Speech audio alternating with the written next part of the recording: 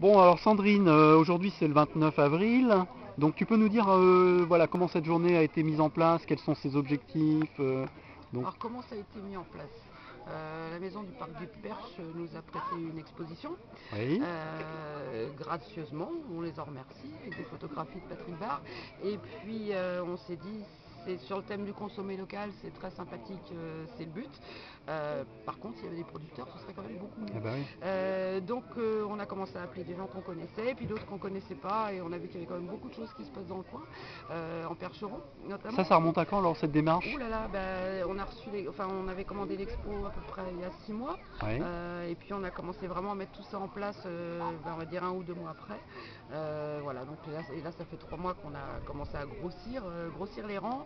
On a dit marché de producteurs c'est bien, donc ça s'était organisé, puis après on a dit on va mettre un petit peu de couleur là-dedans, un petit peu de son, faire ça en plein air, parce que la salle des fêtes c'est bien, mais c'est relativement conventionnel, et le mieux c'est d'être dehors en espérant qu'il fasse beau. Il fait beau, donc on est très content. Il fait beau dans nos cœurs, dans super. nos têtes, et Ouais, il fait beau dehors. Donc c'est parfait. Et donc j'ai contacté les gens d'Alternativa à Chartres, oui, Alternativa 28, et notamment Nelly Forger et David Tirlois.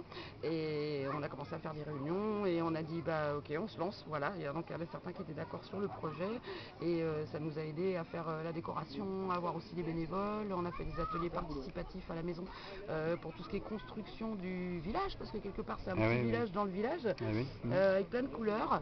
Et puis voilà, donc il y a la construction d'une give book, pour Oui, parler anglais, c'est-à-dire une boîte où on échange des livres.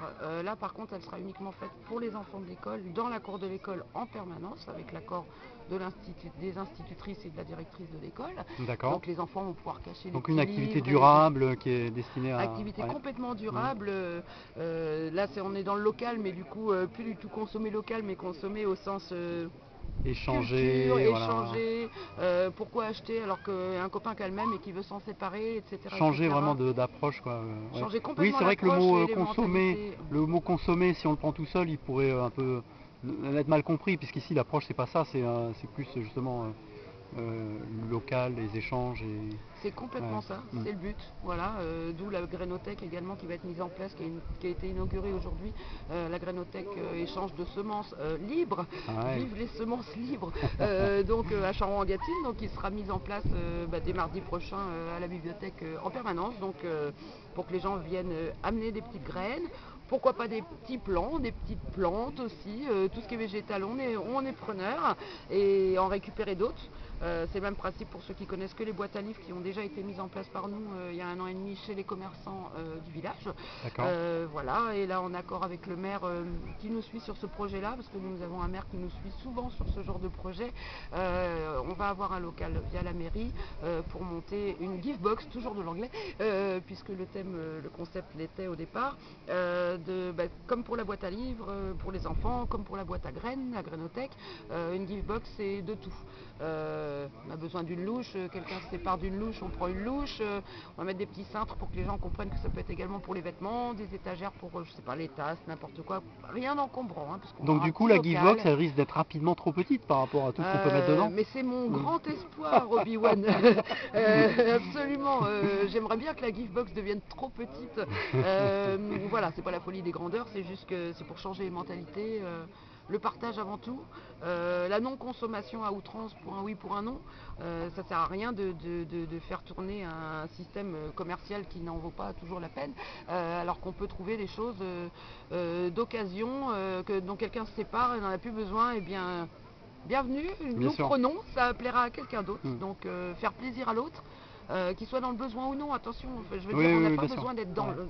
Pas besoin d'être dans le besoin, c'est un pléonasme, mais c'est quand même le cas. Pour prendre quelque chose, on prend quelque chose parce qu'on est responsable.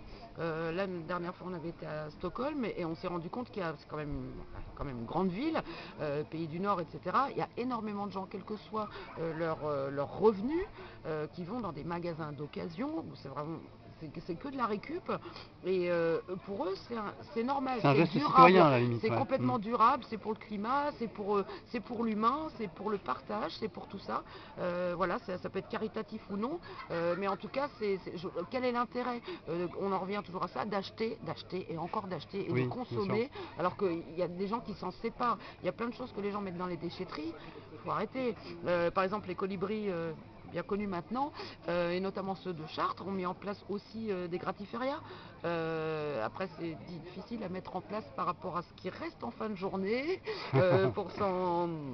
Il y en a une de prévue prochainement à Châteaudun, c'est ce que m'a dit Isabelle là, dans la précédente. Voilà, donc ouais. les gratiférias, organiser des villages écologiques et d'économie solidaire, monter des systèmes d'échanges solidaires. La monnaie locale, pourquoi pas, mais ça c'est accessoire, mais je dirais des échanges de services entre les gens, ça crée du lien. Les gens, il y a beaucoup de gens qui sont dans le besoin, il faut arrêter de dire aussi que non, moi je ne sais rien faire. C'est faux, vous savez faire les choses. Oui, évidemment, Ne bien serait-ce sûr. que parler, lire, eh bien il y a des gens qui Ouais. ne peuvent plus lire, il y a des gens qui sont seuls, qui sont chez eux. Eh bien faites du portage de livres ou je ne sais pas moi, faites leurs courses. Si vous avez le permis, vous savez conduire, emmenez des gens. Voilà, ici on a également du covoiturage via les libellules qui va se mettre en place à Senonches. Ils vous en parleront sûrement tout à l'heure. Oui, j'irai les voir. Ouais. Voilà, et donc c'est du transport de proximité. Bon sang, la proximité. Ouais. Être proche des gens, la proximité, c'est pas que le côté tant de Géographique. kilomètres Ouais. géographique, c'est humain, C'est le et cœur. le cœur. Ouais. Voilà. Et nous, on parle avec le cœur. Ben, super. Merci beaucoup Sandrine. Je t'en prie, À Bernard. très bientôt. À très bientôt.